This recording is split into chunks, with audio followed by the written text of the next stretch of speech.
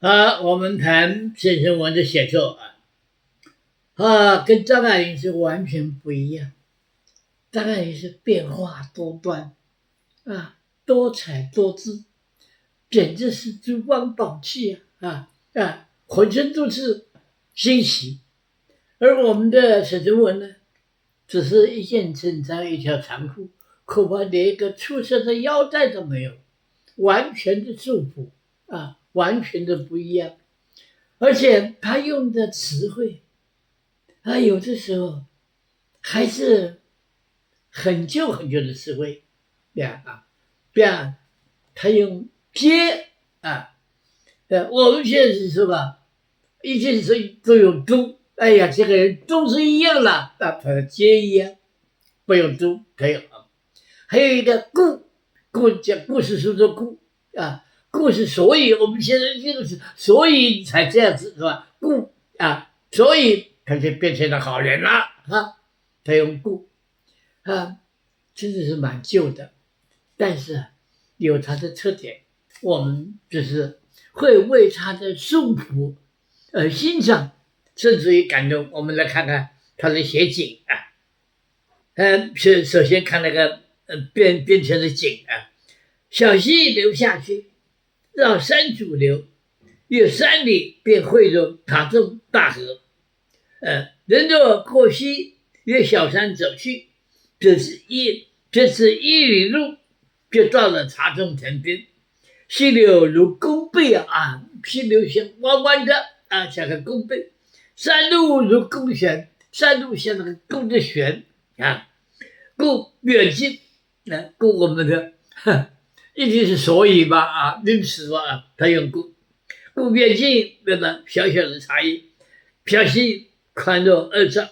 河床为大片石头做成，静静的河水即成为升到一高不能落地，却依然清澈秀明河中有鱼来去，便可以记住，便你可以看见那个河水好清好清，连下面的鱼你就可以说1条2条3条4条对吧？很少有，编程才有，在我们都市里面休想。然后是那个人物是看到几个中年的妇人穿了绛洗的鼻印的南服衣服，他那个衣服洗了之后他有绛的硬硬的。我们现在哪有这一套的？我们是用熨斗那比他进步的太多了胸前挂有白布扣花的围裙，弓之腰在日光下一边说话一边做事，一边都永远那么静极，所有的人民每个日子都在其中不可形容的单纯寂寞里过去了，非常的单纯，非常的亲近但有一种很自然的、很舒服的、很纯真的这个让你感动的地方然后写了个音响写得真好他写有鸟叫他说月光如银子，无处不可照其，山上晃竹在月光下变成为黑色我们已经说都成为黑色，他说尖身边草丛中丛生繁密如落雨边后不知从什么地方忽然会有一只草鹰肉嘘转着它的喉咙，不久之间这个小鸟人又好像明白这个是半夜，不应该那么吵闹，闭着他的小小的眼睛安睡了他去想那个鸟的心理。其实鸟是一种合群的动物，大家都叫它也叫，大家都不叫了，没有鸟叫了它就闭嘴了。这形容的真好然后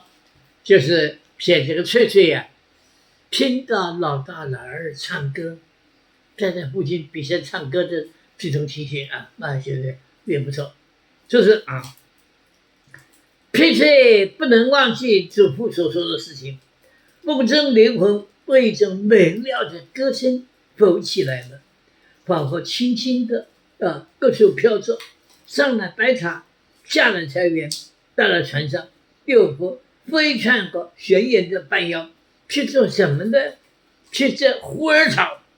白日里拉船时，他仰头望着岩上那些肥大的虎耳草。你去熟悉，虎耳草是很大的一种植物，但是长得太高，很不容易采取啊。其实啊，他这里是形容歌声啊。好，然后这个岩壁3-5丈高，平时攀涉不到的，这时节可以选顶大的叶子，把这意思啊，把它当作撒用啊，写得很深刻，很深刻。OK 啊，看那个灾难啊，灾难来了啊，这个翠翠啊，爬起身来看祖父，还睡得很好，开了门走出去，门前已成为一个水沟，一股浊流变成它和哗哗的流过来，从前面悬崖直走而下，并且各处都是那一种临时的水流啊。我跑的菜园地已经被山水冲乱了，菜园被淹在粗沙泥了。这时候过去再看看溪底下，才晓得啊，溪水中也涨了大水，已经南过了码头啊，水小快速查航便了。下到码头去的那条船，正如同一条小河一样，哗哗的流着黄泥水，构筑在一条浑溪啊，偏离的已经被卷进去，或者下面渡船已经不见了，灾难来了啊！然后看啊，翠翠看见屋前悬崖并不坍塌，故当时还不注意渡船的失去。再过一阵，上下收不到这个东西，他们的渡船摇那个船已经完了啊！无意中回头一看，屋后的白塔去了，那个宝塔，台湾好像很少，大的很多，它是叫做七级浮屠，它是七层里面是空的，里面可以走进去的啊。然后屋后白塔已经不见了，这已经非同小可，赶忙向屋后跑去，才知道白塔已经坍塌啊，大这个马砖石极凌乱的摊在那里，慧慧吓得不知所措，只是锐声叫他的祖父啊，就是灾难来了啊。